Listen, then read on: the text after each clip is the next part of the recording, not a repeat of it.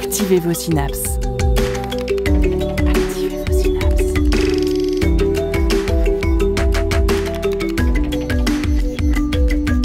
Poussez la porte du Labo des Savoirs et entrez dans un monde de science et d'expérience. C'est le Labo des Savoirs. Pas besoin d'aller dans l'espace ou au fin fond des abysses pour découvrir un monde mystérieux, il suffit parfois de juste lever les pieds. Sous nos baskets évoluent nématodes, colamboles, acariens, vers et autres animaux d'une grouillante diversité. Mais ne pensez pas que le sol s'arrête à ces bestioles. Mycorhizes, amibes et micro-organismes de toutes sortes farfouillent eux aussi dans la terre, échangeant avec les plantes, minéraux et nourriture, tout un business.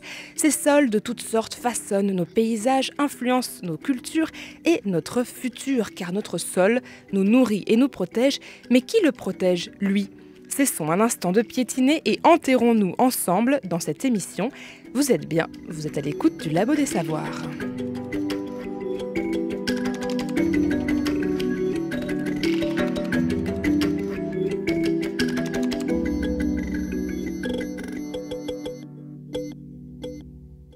Certains l'appellent la pellicule du monde. Notre sol abriterait entre la moitié et les 2/3 de la masse vivante de la planète. Composée de racines, de roches, de gaz, d'eau, l'architecture du sol et ses habitants restent aussi méconnus que variés. Et pour y voir un peu plus clair, nous recevons 2 invités spécialistes, chacun dans leur domaine, du sujet qui nous occupe aujourd'hui. Blandine Lemercier, vous êtes ingénieure agropédologue à l'Institut Agro de Rennes. Vous travaillez donc sur les différents types de sols, notamment en Bretagne, mais aussi en France, mais aussi sur les données que l'on peut en tirer, et vous faites notamment des cartographies. Christophe Mougel, vous êtes écologue microbien à l'Institut de génétique, environnement et protection des plantes de l'INRAE de Rennes. Votre spécialité à vous, c'est l'interaction entre les plantes et les micro-organismes du sol. 2 champs d'expertise à 2 échelles différentes. En avant pour l'exploration.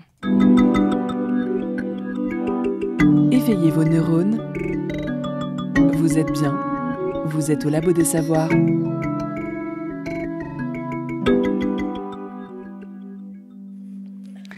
Et oui, les plantes, faut pas oublier qu'il se passe des choses en dessous.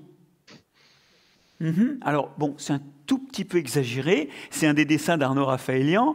La réalité est qu'un tiers, comme je vous le disais, en moyenne, de la biomasse des plantes est souterraine. Et elle est surtout faite de racines fines, ce qui fait que vous et moi, quand on arrache une plante ou quand le vent a arraché un arbre, dont ne vient que les grosses racines, nous négligeons que c'est réellement un tiers de la masse totale, la moitié de ce qu'on voit en surface qui est en dessous. Et que font ces racines ? Elles remontent des choses et elles en descendent d'autres. Par exemple, quand une racine pousse, c'est une intrusion de matière organique. Et la racine va libérer de la matière organique dans le sol en profondeur, soit par les fuites et les sécrétions qu'elle produit, 10 à 14% de sa photosynthèse, soit quand elle meurt, finalement, en laissant sur place de la matière organique. C'est donc la racine une injection de matière organique en profondeur. Cependant que les racines remontent des sels minéraux, de l'azote, du phosphate, mais aussi des choses comme de la silice, du fer, vers le haut, vers les feuilles, vers les parties aériennes. Et où finissent les parties aériennes ? Tôt ou tard, elles retombent en surface. C'était un extrait d'une conférence de Marc-André Sellos, professeur au Muséum national d'histoire naturelle de Paris, qui a notamment étudié les liens entre les champignons du sol et les racines des plantes. Il vulgarise régulièrement la science du sol, la pédologie, à travers des livres, des conférences ou des interviews. Alors là, bon, il nous parle de plantes, de racines, de matières organiques, de minéraux.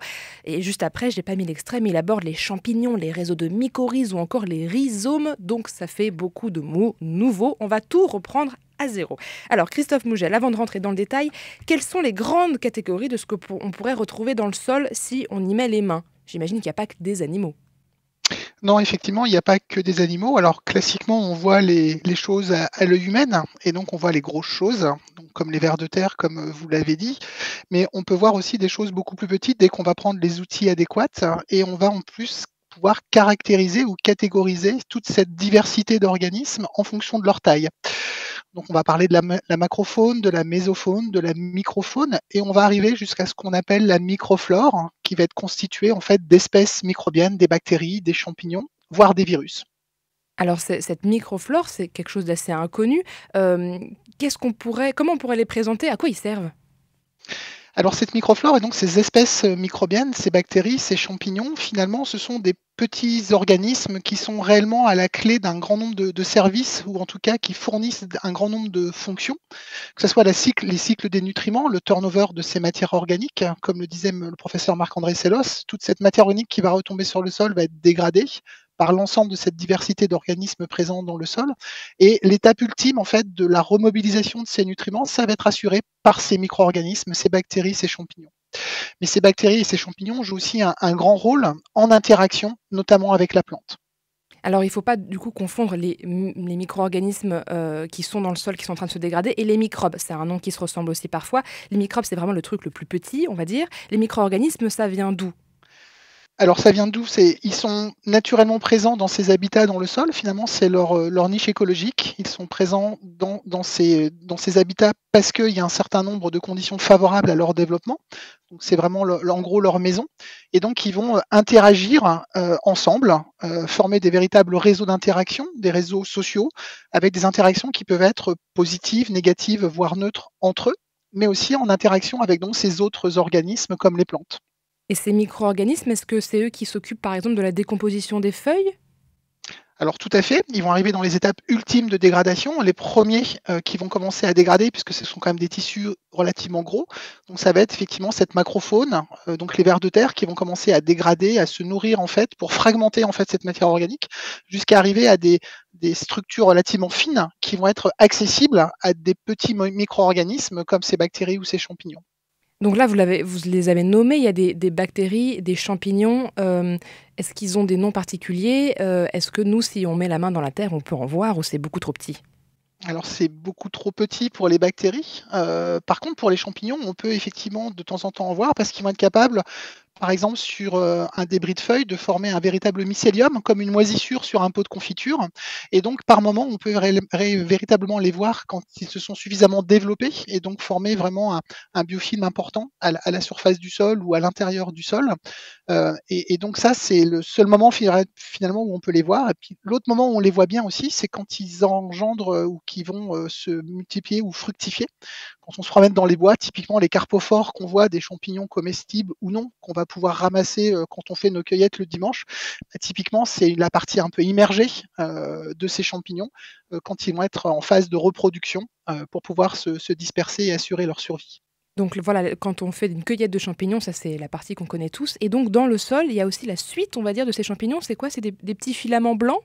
Alors c'est des mycéliums, c'est des filaments blancs, c'est fait comme un petit système racinaire d'une plante, on peut faire cette analogie-là et c'est ce mycélium en fait qui va permettre aux champignons d'échanger avec son milieu et d'aller, prélever les nutriments qui vont être, nécessaires en fait à son propre développement.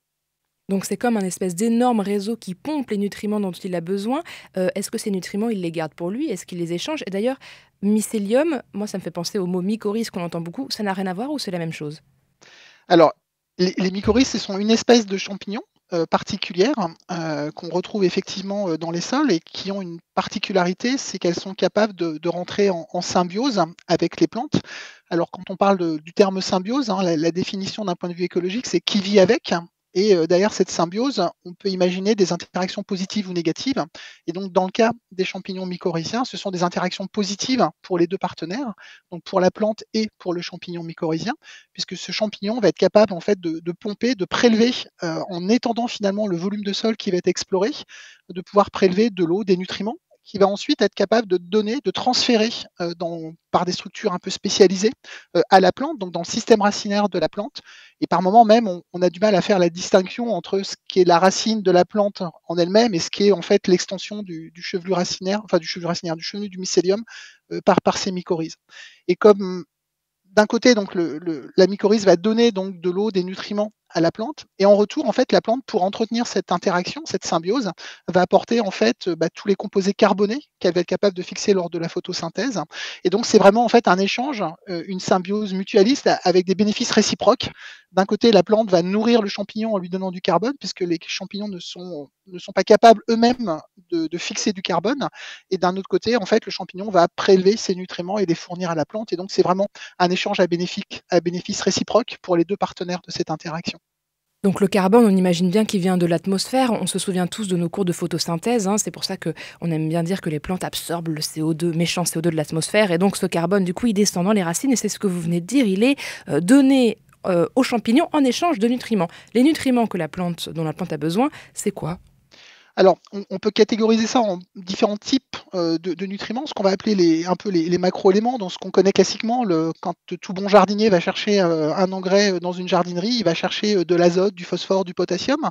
Donc ça, c'est vraiment les éléments essentiels au développement et à la croissance de la plante.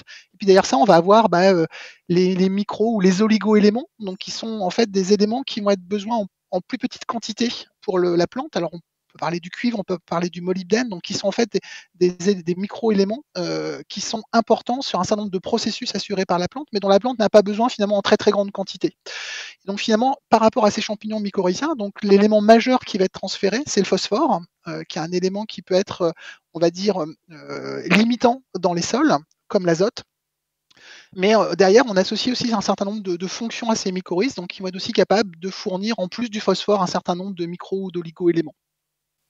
Les mycorhizes, souvent, on les présente un peu comme des d'espèces pas préhistoriques, mais qui ont plusieurs milliers d'années. Elles seraient aussi responsables, enfin, ce serait grâce à elles qu'il y ait un développement comme ça de la vie sur la terre ferme. Est-ce que vraiment c'est des champignons avec des super pouvoirs ou est-ce que c'est juste qu'on est en train de les découvrir et donc on est en perpétuel émerveillement? Alors, comme vous l'avez dit, c'est un champignon qui est apparu à peu près il y a 400 millions d'années.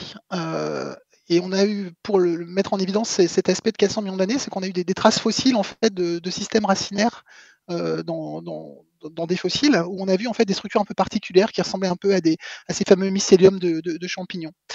Et on pense même que ces 400 millions d'années, ça correspond en fait au début de la colonisation des végétaux sur les terres immergées. Donc en fait, les plantes qui sont sorties en fait du milieu liquide, du milieu aquatique, et qui ont commencé à coloniser en fait les terres immergées. Et on pense vraiment qu'en fait que c'est grâce à cette symbiose, à cette interaction qui s'est mise en place, que finalement les plantes ont été capables de coloniser en fait les terres, notamment parce que le phosphore est un élément limitant que la plante peut avoir par moment des difficultés à prélever elle-même, ou en tout cas en quantité suffisante. Et donc cette symbiose, comme on l'a dit, en étendant finalement le volume de sol qui va être exploré, va être capable en fait de prélever beaucoup plus de cet élément dans les sols. Et donc on considère vraiment que c'est un des facteurs peut-être clés qui a permis la colonisation des végétaux sur la Terre, et donc qui sont encore très présentes aujourd'hui, hein, puisqu'on estime que 80% des plantes sont en association avec ces champignons mycorhiziens. Et donc c'est indispensable finalement on va dire, au développement des plantes dans un contexte naturel, hein, puisqu'en agriculture, par exemple, on va potentiellement remplacer en fait ces symbioses-là par l'apport d'engrais notamment. Oui, vous parliez d'azote tout à l'heure ou de phosphore. Effectivement, c'est des éléments qu'on voit souvent quand on pense aux pesticides, par exemple. On se dit on va en apporter en masse à des plantes, alors que finalement, à l'origine, ce sont ces espèces d'énormes réseaux mycorhiziens qui leur apportaient ces nutriments. Donc voilà, cet azote que maintenant on apporte artificiellement, à l'origine, si ce n'est pas les mycorhizes qui les apportent, puisque elles sont plus spécialisées dans le phosphore, où est-ce que les plantes vont le chercher? Alors pour l'azote, c'est un peu plus complexe, puisque là encore, on a un très bel exemple en fait de symbiose mutualiste, avec donc des bactéries, là pas des champignons, mais des bactéries du sol qui sont plutôt apparentées à ce qu'on appelle les rhizobiacées, qui sont définies comme étant des diazotrophes, c'est-à-dire qui sont capables de fixer le N2 de l'atmosphère, Le comme N2, les donc plantes, l'azote? le diazote en fait, qui est le gaz qu'on va retrouver dans l'atmosphère, va être fixé en fait dans des structures particulières, ce qu'on appelle des nodosités, au niveau du système racinaire des plantes. Par contre, contrairement aux mycorhizes, où 80% des plantes sont en interaction bénéfique avec ces champignons mycorhiziens, pour le cas de la fixation biologique de l'azote, malheureusement, il y a juste quelques familles botaniques qui sont capables de réaliser cette symbiose, et notamment les légumineuses. Donc les légumineuses, hein, c'est des petits pois, c'est la févrole, c'est un certain nombre de plantes dont on va se nourrir, qui sont des sources de protéines, hein, où on pourrait aussi parler du soja. Et donc la problématique dans les contextes agricoles, c'est que finalement, on ne peut pas uniquement cultiver des légumineuses, parce qu'on est obligé de faire des rotations, de mettre d'autres espèces cultivées. Et donc finalement, la grosse problématique de l'entrée de l'azote dans les sols via des pratiques agricoles comme la culture en fait de ces légumineuses est encore relativement limitante pour pouvoir réellement assurer, on va dire, une fourniture d'azote globale pour le système. Donc l'autre manière d'apporter de l'azote, ça va être de jouer sur des matières organiques. Et en Bretagne ou dans l'ouest de la France, l'apport par exemple de lisier de porc apporte de l'azote, du phosphore ou des matières organiques, des résidus d'élevage. Par contre, dans des systèmes ou des régions agricoles où il n'y a pas d'élevage, on va apporter en fait ces éléments nutritifs sous forme minérale, qui a aussi l'avantage d'être beaucoup plus rapidement assimilables par la plante par rapport à des matières organiques qui, comme on l'a dit, vont être obligées d'être dégradées, d'être transformées. Et donc ce processus de transformation prend un petit peu de temps. Et donc il faut arriver finalement à phaser l'offre et la demande, c'est-à-dire d'apporter ces éléments assimilables par la plante au moment où la plante en a le plus besoin, donc lors de cette croissance, de cette formation de biomasse durant son cycle de développement. Alors justement, on a parlé de la symbiose qu'il y avait avec les mycorhizes et les plantes pour le phosphore. Là, on vient de parler de sel pour l'azote. Avant d'ailleurs de passer à une autre question, cette symbiose-là, est-ce que le système d'échange, c'est azote, là encore, contre carbone, ou c'est un autre échange ? C'est exactement le même principe. Et finalement, on pourrait même étendre en fait ce principe à d'autres espèces. On en parlera peut-être, d'autres espèces que ces symbioses. C'est que finalement, au niveau du système racinaire ou en interaction des micro-organismes avec la plante, finalement, cette fourniture de carbone est l'élément clé qui va finalement mettre en place et entretenir en fait ces interactions, dont on espère qu'elles soient le plus bénéfiques pour la plante. Et donc, les symbioses sont des très beaux exemples d'interactions bénéfiques pour les deux partenaires. Et rhizobium ou mycorhize, à chaque fois la plante va fournir du carbone, va en fait constituer un environnement favorable au développement de ces micro-organismes dans des structures spécialisées, qui va vraiment permettre d'avoir l'habitat et donc ces échanges nutritifs entre les deux partenaires. Donc c'est aussi un moyen, si on dézoome un peu, de stocker du carbone dans le sol. Tout à fait. Sauf que le carbone issu de la photosynthèse qui va être libéré par le système racinaire des plantes est un carbone relativement labile, c'est-à-dire rapidement consommé par les micro-organismes, notamment. Et donc ces micro-organismes, en les consommant, finalement, ils vont respirer et ils vont produire eux-mêmes du CO2. Donc ce stockage du carbone, finalement, il est essentiellement assuré quand même d'un point de vue de la biomasse par rapport aux apports de matière organique à la mort des végétaux par les systèmes racinaires, par les parties aériennes, qui là vont réellement être en fait des puits de carbone importants dans les sols, qui va contribuer au stockage du carbone dans les sols, là plus sous forme de matière organique, beaucoup plus stable dans le temps, par rapport donc à ces fameux exudats ou rhizodépôts racinaires qui sont issus de la photosynthèse et qui entretiennent en fait ces interactions à court terme avec les micro-organismes au niveau de la rhizosphère. Oui, parce que c'est un cycle, ça bouge en permanence, on va dire. Voilà, c'est un processus qui est très très dynamique. On sait même que pendant le développement de la plante, on ne va pas du tout avoir les mêmes espèces microbiennes qui vont interagir avec la plante. Quand on parle des mycorhizes, on a des dynamiques, des successions d'espèces différentes de mycorhizes qui peuvent arriver au cours du développement de la plante en fonction de la physiologie, parce que la qualité et la quantité des nutriments qui vont être fournis par la plante ne sont pas stables dans le temps. Ils vont évoluer en fonction du développement de la plante, voire même lorsque la plante va commencer à transiter vers un stade vers sa reproduction, donc la formation des organes de fructification, des graines ou des fruits. Finalement, elle va plutôt remobiliser et donc limiter finalement la perte de carbone. Donc il y a vraiment des phases différentes pendant le développement d'une plante, un moment où la plante a vraiment besoin de ces symbioses, et puis un moment finalement où elle n'en a plus besoin, où elle va plus tourner en fait sur ses propres réserves qu'elle aura accumulées au cours de son développement végétatif. C'est très intéressant parce qu'on voit à ce moment-là que le sol n'est vraiment pas juste de la terre avec des petits insectes dedans. C'est un monde en permanence, en pleine évolution, notamment par rapport aux plantes qui y poussent. Et on a beaucoup parlé, évoqué les microbes. Et vous m'avez parlé, quand on a préparé cette interview, de microbiote. Alors moi, microbiote, ça me fait tout de suite penser à l'intestin, parce qu'on en a beaucoup parlé ces dernières années, notamment pour le microbiote intestinal. Mais là, vous me parlez de microbiote dans les sols, c'est bien ça ? Tout à fait. C'est un nouveau front de science en écologie microbienne qui a fait suite en fait finalement à la dynamique qui est apparue avec le microbiote de l'intestin, notamment chez l'homme. Finalement, quand on parle de microbiote, on a parlé des espèces des mycorhizes, des rhizobia, donc sur des espèces particulières, des entités particulières d'un point de vue de la diversité.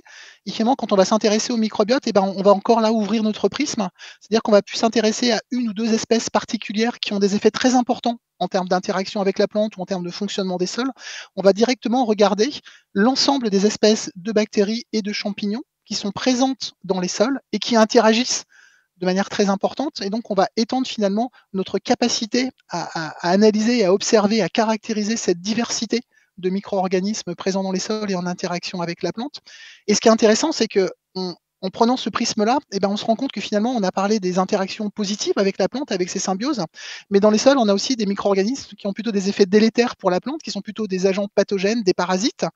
Et donc, en prenant cette échelle des microbiotes, comme dans ce qui se passe au niveau du tube digestif, on se rend compte finalement que c'est ces équilibres entre toutes ces espèces microbiennes de bactéries et de champignons qui sont importantes pour assurer un bon fonctionnement et une bonne santé finalement des sols et par extension de notre écosystème. Donc il y a vraiment ces équilibres entre les gentils et les méchants qui s'opèrent. Et finalement, le but des recherches, c'est de comprendre ces équilibres-là pour potentiellement les piloter, les orienter en favorisant, comme dans le cas du microbiote du tube digestif, finalement vers des interactions les plus positives pour l'hôte qui les héberge ou avec laquelle ces micro-organismes vont interagir. Et donc, on pourrait intégrer le terme de dysbiose, comme dans le cas du microbiote humain, où finalement, quand on a des déséquilibres, finalement, l'hôte qui héberge ces micro-organismes, donc l'homme ou la plante, finalement, va pas être en si bonne santé que ça, et potentiellement peut engendrer des problèmes de pathologie, voire aller jusqu'à la mort. Donc il y a peut-être des déséquilibres dans certains sols qui sont un peu malades, on va dire, peut-être en France.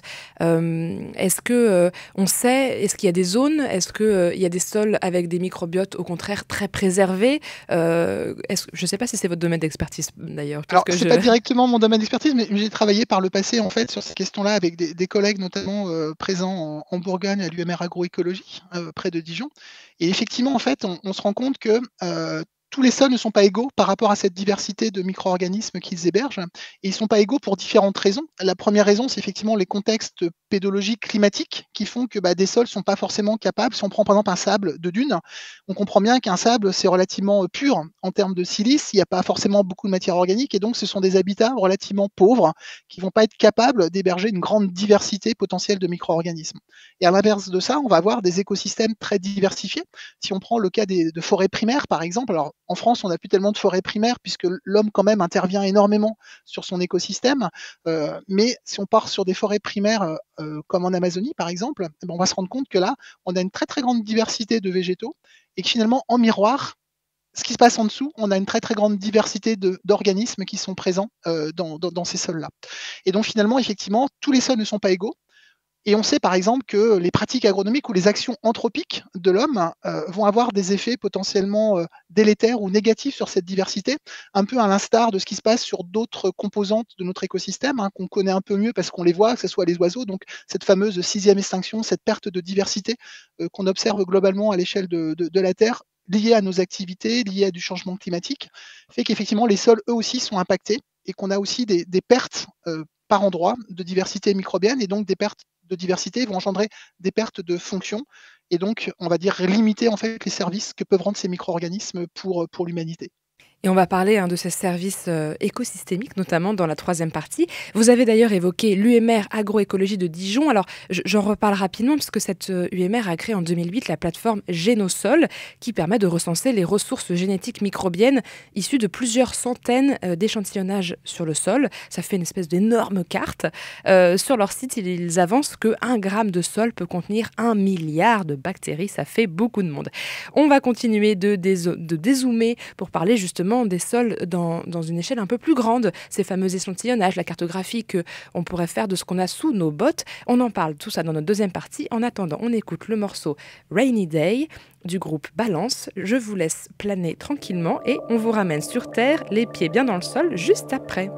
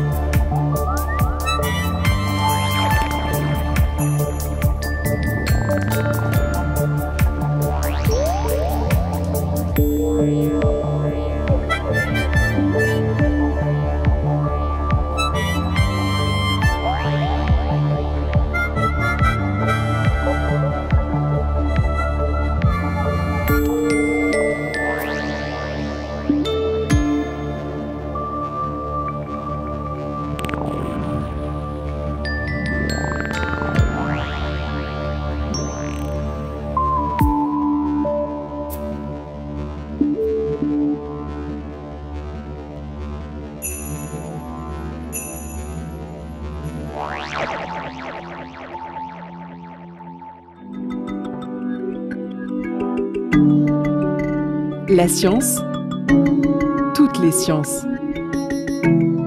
Au Labo des Savoirs. Vous êtes bien au Labo des Savoirs et on retrouve nos deux invités, Christophe Mougelet et Blandine Lemercier, pour parler du sol dans toute sa diversité. D'ailleurs, juste avant cette pause musicale, on en parlait de la diversité des sols et des micro-organismes qu'ils hébergent. Blandine Lemercier, vous êtes ingénieure agropédologue à l'Institut Agro de Rennes-Angers, sur le site de Rennes, et vous avez notamment travaillé sur les sols de Bretagne, mais aussi de France. Alors, on parlait de cette diversité des sols. Comment on fait pour caractériser un sol? Est-ce qu'on regarde sa profondeur, sa texture, sa couleur, sa composition? C'est quoi les éléments qu'on garde avec nous? Alors oui, tout d'abord, en fait, on peut repartir donc de cette idée de diversité des sols qui est très très importante et finalement, qu'est-ce qui fait qu'à un endroit on a un type de sol et à un autre endroit un autre type de sol? Alors il y a plusieurs facteurs qui définissent le type de sol qui va se développer. Donc le tout premier, en fait, c'est le facteur climatique, hein, c'est le grand facteur qui va structurer les types de sols à l'échelle mondiale, hein. On sait tous bien qu'on ne trouve pas du tout les mêmes types de sols dans les milieux tropicaux que dans les milieux extrêmement froids du nord de l'Europe, par exemple. Donc ça, c'est le premier très grand facteur, le climat. Ensuite, on a la géologie, donc ce qu'on peut appeler aussi la roche-mère. Donc, c'est vraiment le matériau qui va être à l'origine des constituants minéraux du sol. Donc, qui va être très, très diversifié, très varié également. Ensuite, on a aussi le relief qui va avoir une importance très, très forte. Et puis, l'activité biologique qui, de par l'activité de tous les organismes du sol, les micros, les mésos, les macros, vont contribuer à la formation des sols. Et puis sans oublier bien sûr l'homme qui, par son action, va aussi à contribuer à faire que les sols vont se différencier dans les paysages. Donc voilà, la première chose en fait, c'est que effectivement, de par tous ces critères, on a des types de sols qui vont être très très différents selon l'endroit finalement où on va se trouver. Et donc, tout le travail des pédologues cartographes, donc qui s'intéressent à la morphologie des sols, va être d'essayer d'identifier en chaque endroit du territoire quel type de sol on a. Donc, d'essayer de le reconnaître.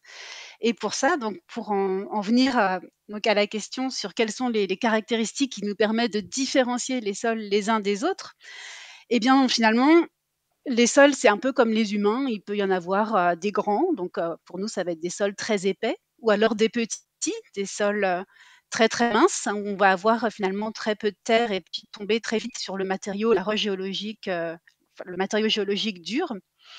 On va avoir des sols qui vont être très gras, on peut dire, donc qui vont être très riches en éléments nutritifs dont parlait Christophe avant. D'autres, au contraire, qui vont être très maigrichons, hein, dont notamment les sols sableux sur silice qui vont être très pauvres. Voilà, on va avoir certains qui vont être très chevelus parce qu'ils vont avoir une végétation abondante qui va se développer à leur surface. D'autres, au contraire, pratiquement chauves. Voilà, donc on a vraiment un ensemble de types de sols très, très diversifiés. Et donc, nous, les pédologues, quand on va sur le terrain, eh ben, ce qu'on cherche à caractériser, en premier lieu, donc ça va être leur épaisseur, mais aussi leurs constituants, hein, savoir est-ce qu'ils sont plutôt des sols sableux, est-ce qu'ils sont plutôt des sols limoneux, est-ce qu'ils sont plutôt argileux. Ça dépend de la taille des particules minérales. Et en fonction de cette taille-là, eh ben, l'eau va circuler complètement différemment dans le sol. Les micro-organismes et les organismes plus importants, de taille plus importante, vont être également en abondance et en communautés complètement différentes. Et donc, il y a également aussi cette matière organique qu'on va chercher à caractériser. Ça, c'est des éléments donc on peut voir, qu'on peut décrire à l'œil nu. Et puis après, il y a tout ce qu'on ne voit pas, mais qui va être très important, qui va être l'ambiance chimique du sol. Est-ce que le pH est acide? Est-ce qu'il est basique? Est-ce que le sol est riche en éléments nutritifs ou pas? Et pour ça, on va avoir besoin de faire appel en fait à des analyses physico-chimiques externes pour bien caractériser les types de sols. Donc ça nous fait effectivement des sols qui ont l'air d'être multiformes, très très variés. À quel point ils peuvent varier en termes géographiques? Est-ce que par exemple on a un grand type de sol en Bretagne, un grand type de sol en Vendée, que c'est assez facile? J'imagine que ça ne suit pas la délimitation des départements, ou est-ce qu'au contraire ça peut varier de manière très très fine, vraiment à l'échelle du mètre? Enfin, j'arrive pas vraiment à me rendre compte. Alors effectivement, cette notion d'échelle, elle est très importante parce qu'à l'échelle globale, à l'échelle du monde, on peut dire, bah, les sols en Bretagne, c'est plutôt, des sols qui vont être plus épais, plutôt limoneux, plutôt acides, ce qui est vrai. Mais après plus on zoome, en fait, plus on se rapproche et plus on se rend compte que les sols peuvent varier hyper rapidement à l'échelle d'un paysage. À l'échelle même d'une parcelle agricole, on peut avoir, sur le haut de la parcelle, un sol qui va être plutôt épais, sur le versant, un sol qui va être, lui, moins épais et puis dans le bas de la parcelle, un sol qui va être typique, de zone humide, en fait, hein, de sol caractéristique d'un engorgement en eau qui peut se prolonger. Donc à l'échelle de quelques mètres, finalement, quelques dizaines de mètres, on peut avoir des types de sols très différents. Alors en France, du coup, les scientifiques aiment bien donner des noms et catégoriser les choses, y compris les sols. En France, il y a plusieurs centaines de types de sols qui ont été décrits.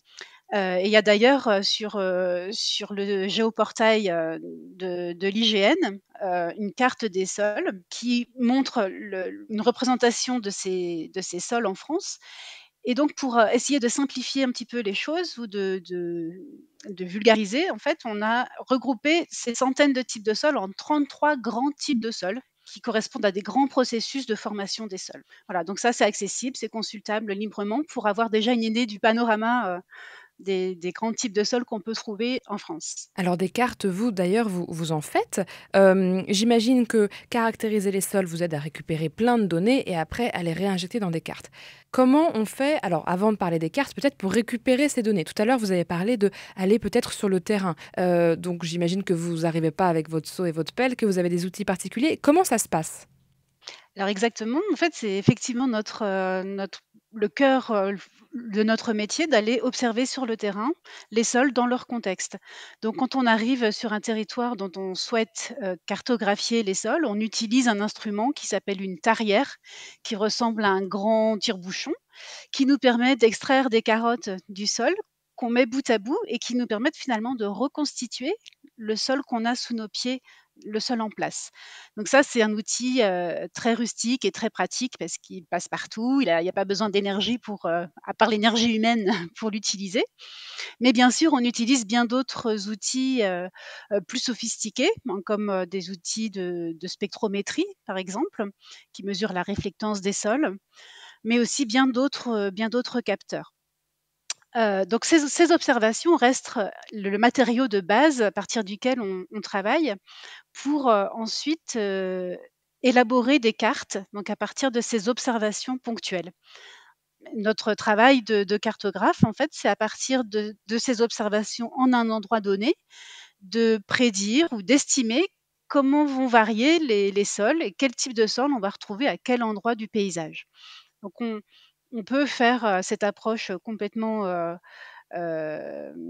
manuellement, intellectuellement, mais de plus en plus, on utilise aussi des outils du domaine de l'intelligence artificielle pour nous aider à apprendre finalement sur des situations que l'on a observées, des situations connues, pour extrapoler ces observations à l'ensemble du territoire. Donc comme ça, aujourd'hui, maintenant, on a des cartes qui couvrent, l'ensemble du globe. On a une connaissance, des sols prédite pour l'ensemble, des territoires, du globe. Tout à l'heure, vous avez évoqué, en parlant des différents types de sols, donc leur granulométrie, leur composition et vous avez parlé également d'eau. Alors moi, ça me fait repenser forcément à cet été qu'on a vécu, été 2022 avec beaucoup de sécheresse. J'imagine que ces cartes, des différents sols permet aussi en parallèle de savoir un peu plus comment gérer l'eau. Il y a un rapport? Oui, il y a un rapport parce qu'en fait, le sol a un rôle très, très important dans la gestion, à la fois de la qualité de l'eau, parce que c'est quand l'eau qui arrive sur le sol traverse le sol, c'est dans le sol qu'elle acquiert sa qualité, mais aussi, dans la gestion de la quantité d'eau, hein, parce que le sol joue vraiment le rôle, d'éponge. Il faut savoir que sur la quantité de pluie qui tombe à la surface de la terre, à la surface du sol, on va dire, il y en a 65 donc de cette pluviométrie qui va traverser le sol, qui va s'infiltrer dans le sol. Le reste de l'eau va tomber directement, dans les rivières et ne pas passer par le sol. Donc le sol a vraiment ce rôle par toute sa porosité, hein, donc c'est-à-dire les espaces vides qu'il y a dans le sol, qui représentent à peu près la moitié du volume du sol, de stockage de cette eau pour pouvoir eh bien, tamponner les afflux d'eau dans les rivières. Donc, à la fois pour retenir l'eau dans le sol, pour éviter que trop d'eau arrive d'un coup dans les rivières et créer des inondations, mais aussi pour restituer cette eau aux cultures, à la végétation de manière générale, au moment où la végétation a besoin d'eau.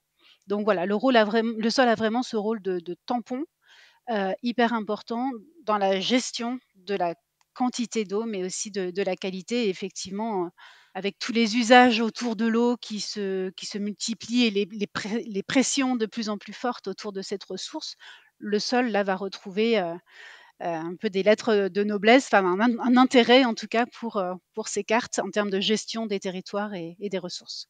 On va en parler de ces enjeux, de cette connaissance du sol en troisième partie. Tout à l'heure, vous avez parlé aussi de sol acide et de sol basique en termes d'ambiance chimique. C'est le mot que vous avez dit. Quelle différence un sol, j'imagine, plus pauvre ou acide va permettre des cultures différentes? Est-ce que ça influence donc les cultures et donc aussi les hommes qui vivent sur ces sols?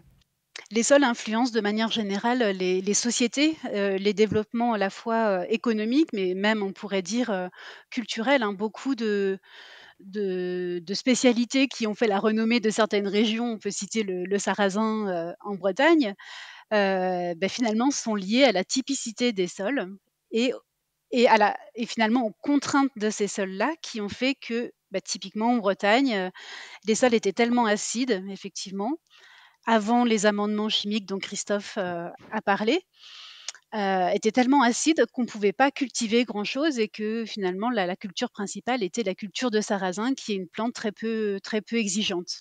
Et ça a marqué, ça à la fois, culturellement et au niveau des paysages également, toute une région comme la Bretagne. Vous avez parlé de typicité des sols, ça veut dire quoi? Et ben, en fait, effectivement, les sols peuvent être, typiques d'une région. Hein, je vous ai dit que il y a différents facteurs de formation des sols qui se combinent entre eux, le climat, la géologie, le relief, l'activité biologique, les actions humaines et tout ça finalement fait qu'il y a certains sols qui vont être très, inféodés, très typiques de certaines régions parce que les facteurs de formation des sols ne se retrouvent qu'à cet endroit-là. Alors si je peux citer un exemple, peut-être encore, breton, encore une fois. Hem, Si vous êtes allé vous promener sur la côte nord de la Bretagne, vous êtes sans doute rendu compte qu'il y a des zones vraiment, très délimitées de culture légumière. Donc ces légumes-là, on peut les cultiver à cet endroit et pas à d'autres. Pourquoi? Du fait justement qu'à cet endroit, les sols sont très limoneux, assez peu acides et qu'en plus se combine à ces sols un climat lié à la proximité de la mer qui est très particulier, qui fait il gèle très peu dans ces régions-là. Donc ça crée vraiment une typicité et qu'on peut raccrocher à la notion de terroir, qu'il soit viticole ou pour d'autres cultures comme le coco de Paimpol par exemple, et ça c'est vraiment lié, au sol. On a parlé à l'instant de culture. Le sol nous nourrit, c'est grâce à lui qu'on fait pousser nos plantes, nos légumes, nos fruits. C'est donc des services qu'il nous rend. En préparant l'émission, vous m'avez tous les deux parlé de services écosystémiques. Alors on va en parler en troisième partie, mais juste avant, j'aurais voulu une définition. C'est quoi un service écosystémique ? Alors on parle de service écosystémique, bon, c'est une notion qui est assez récente, hein, qui date, du début des années 2000, il me semble. En tout cas, qui a été généralisée à cette période-là. Donc en fait, les services écosystémiques sont l'ensemble des bienfaits que l'humanité, dans son ensemble, peut tirer du fonctionnement des écosystèmes. Par exemple, le fait que le sol, ait des capacités d'épuration de l'eau. Le service rendu, c'est, une eau de meilleure qualité pour l'humanité.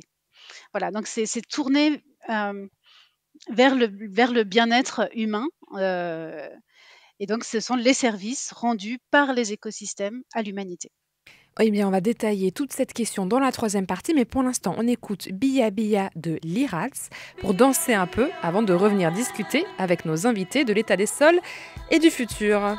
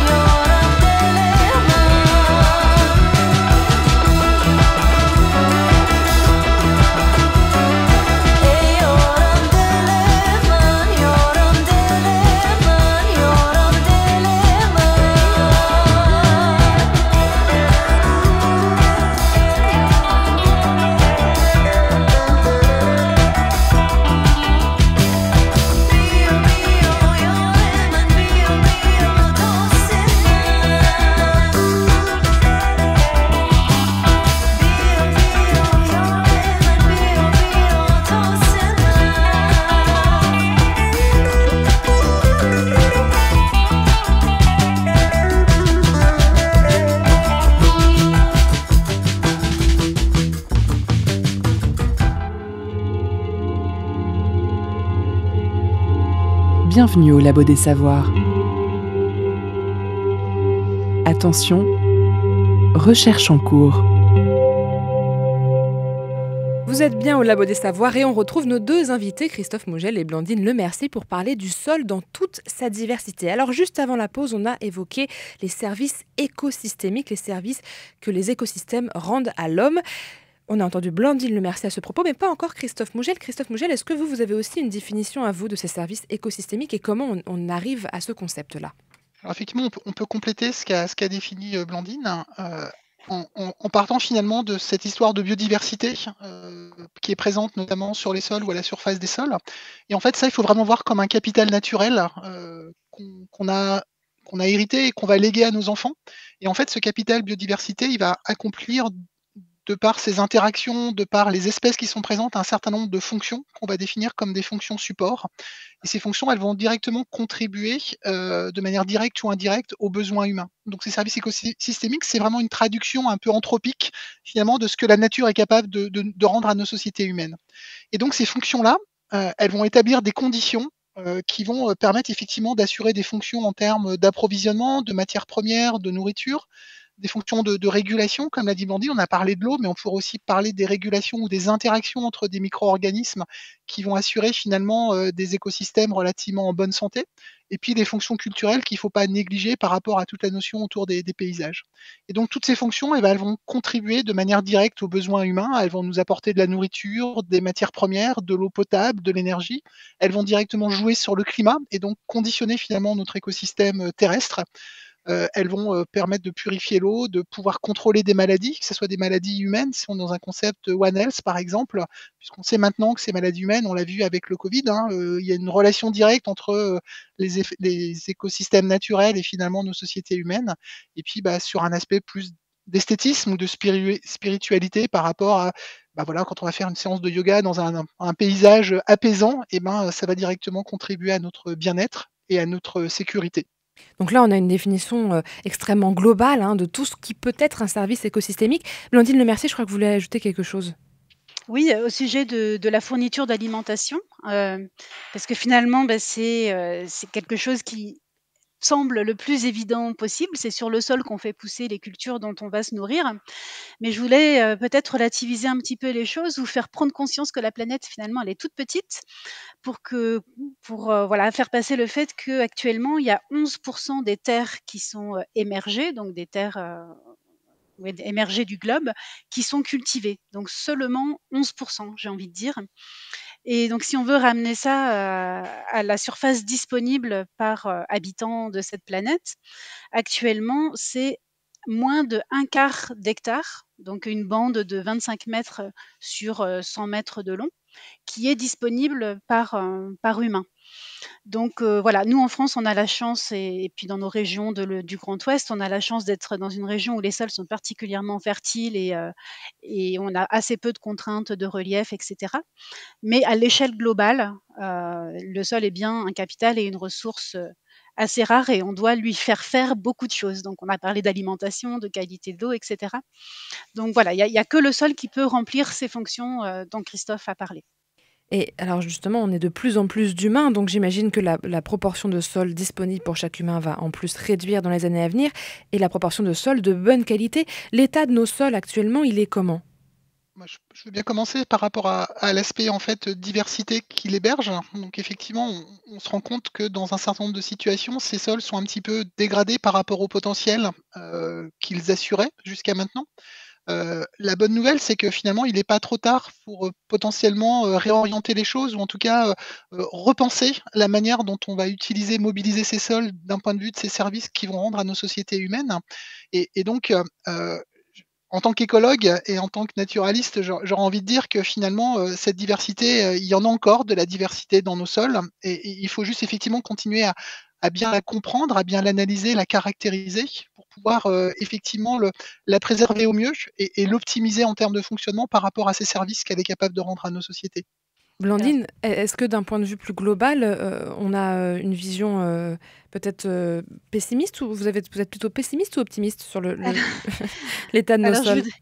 Alors avant, je voudrais juste compléter, un petit peu la réponse de Christophe, donc qui a évoqué la perte, enfin en tout cas l'évolution de la biodiversité, dans les sols. Mais il y a aussi d'autres menaces en fait qui pèsent, sur les sols, des menaces plus physiques. Alors celle qui est peut-être la plus visible, la plus connue, c'est l'érosion. L'érosion des sols, donc que ce soit, par l'eau, mais aussi, dans d'autres pays du monde, par le vent ou même par le travail du sol est la menace en fait principale, qui pèse sur les sols. Est-ce que vous Hem, pouvez nous rappeler ce que c'est que l'érosion, très concrètement? oui, alors l'érosion, c'est le fait que des particules de terre, se détachent du sol et soient transportées ailleurs, souvent plus bas dans le paysage. Donc concrètement, dans nos régions, bah, qu'il y a des événements pluvieux très très intenses et qu'on voit des coulées de boue, des cours d'eau qui sont très turbides, qui sont très, marrons en fait, chargés de particules de terre. Toute cette terre, elle vient de plus haut dans le paysage, de l'amont, de parcelles agricoles. Donc voilà, ça c'est une manifestation qu'on observe sous nos latitudes. Mais je pense qu'on peut tous avoir en tête des paysages, d'Australie ou des États-Unis ou des paysages très marqués par l'érosion et une fois que ce sol est parti, des parcelles agricoles, c'est assez dur de le récupérer et en tout cas la formation des sols est un processus beaucoup plus lent. Il faut à peu près, 1000 ans pour faire 1 centimètre de sol est beaucoup plus lent que le processus d'érosion. Donc d'où l'importance d'essayer au niveau mondial, hein, encore une fois, de préserver au mieux les sols de l'érosion. Donc l'érosion comme une menace, Christophe, je crois que vous voulez ajouter quelque chose?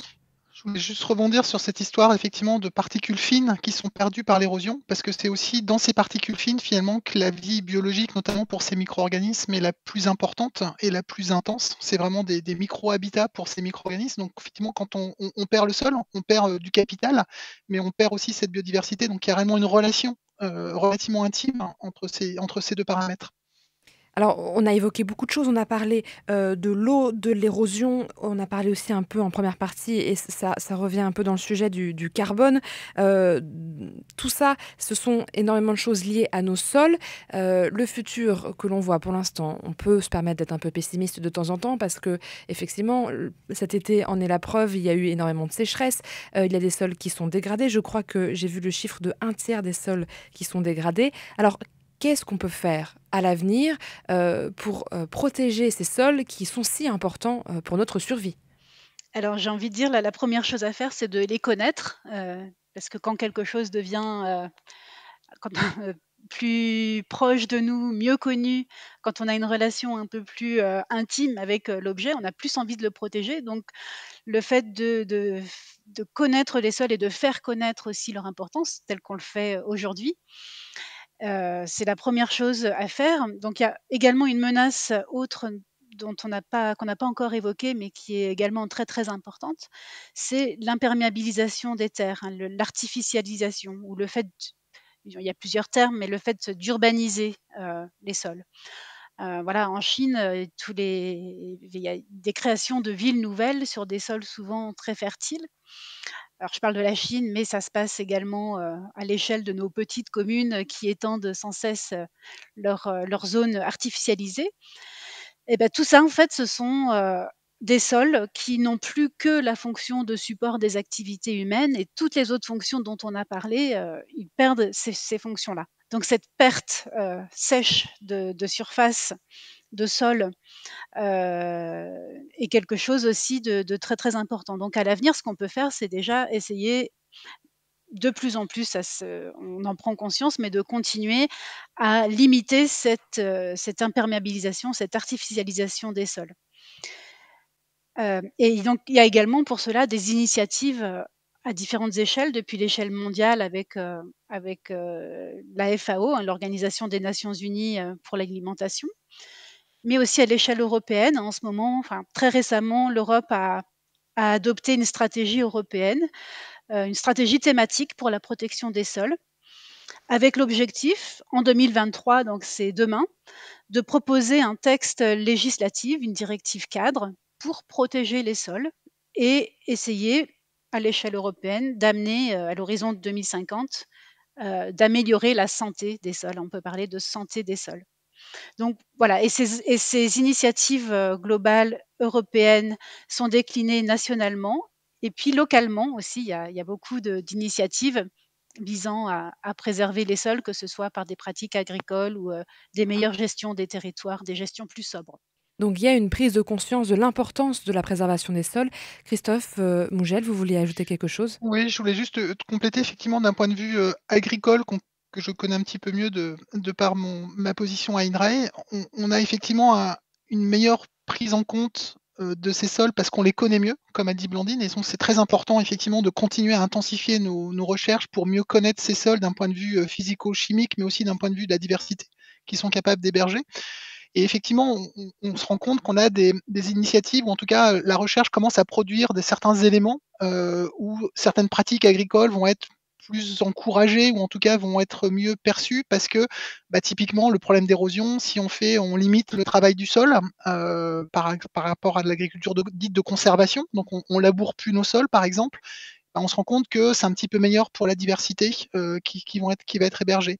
On a un certain nombre de pratiques agronomiques ou de pratiques agricoles dont on commence à mieux comprendre leur effet ou leur impact sur la structure du sol et sur la diversité biologique de ces sols.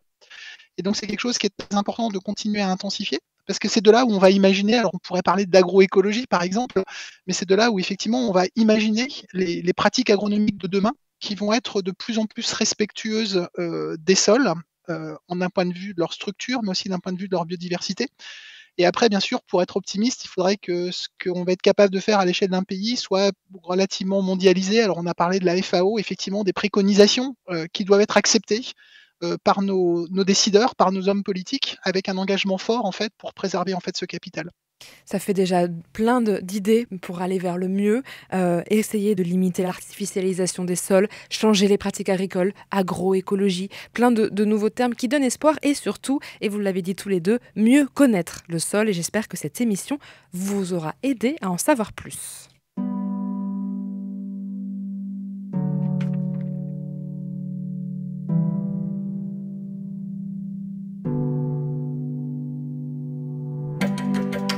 C'est déjà la fin de cette émission. Merci à nos deux invités, Blandine Lemercier et Christophe Mougel, pour nous avoir éclairés sur cette pellicule du monde si passionnante.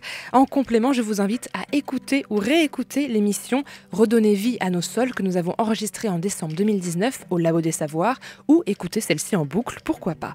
D'ailleurs, vous pouvez retrouver toutes nos émissions et nos podcasts sur le labodessavoirs.fr ou sur votre application de podcast préférée. Suivez nos réseaux sociaux pour toutes nos actualités et on se dit à la semaine prochaine pour une nouvelle émission.